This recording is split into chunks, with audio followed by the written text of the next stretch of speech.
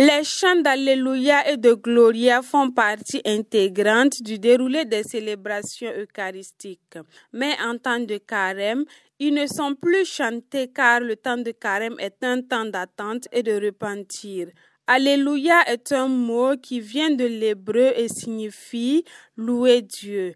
Il renvoie à l'allégresse des fidèles croyants. Il a été introduit par saint Damas pour le temps pascal, mais son utilisation a été élargie à toutes les célébrations eucharistiques par saint Grégoire le Grand. Au Moyen Âge, avant le commencement du carême, on faisait ses adieux à l'Alléluia comme à un ami qu'on ne doit plus revoir avant longtemps.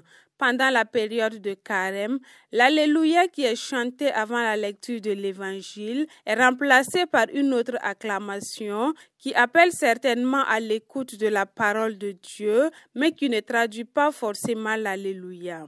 Il n'y a pas de chant de Gloria non plus pendant le temps de carême.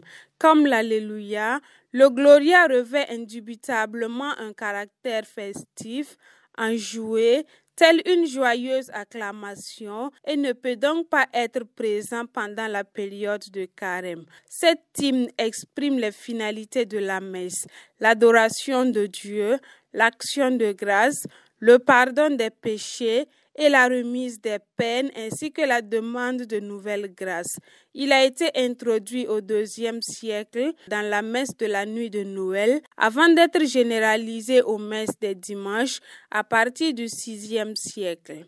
La période de carême est un temps de recueillement, un temps d'espérance et de sobriété. C'est pour cela que les chants à caractère festif ne sont plus chantés lors des célébrations.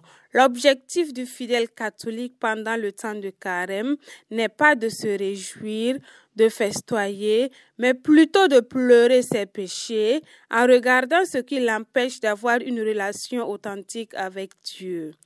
Une fois que l'Alléluia et le Gloria sont supprimés et remplacés par des prières de recueillement, le jeûne et l'aumône, le fidèle pourra se réjouir à nouveau à Pâques, car ce n'est pas seulement la résurrection du Christ qui est célébrée. Nous célébrons aussi notre propre renaissance dans l'esprit.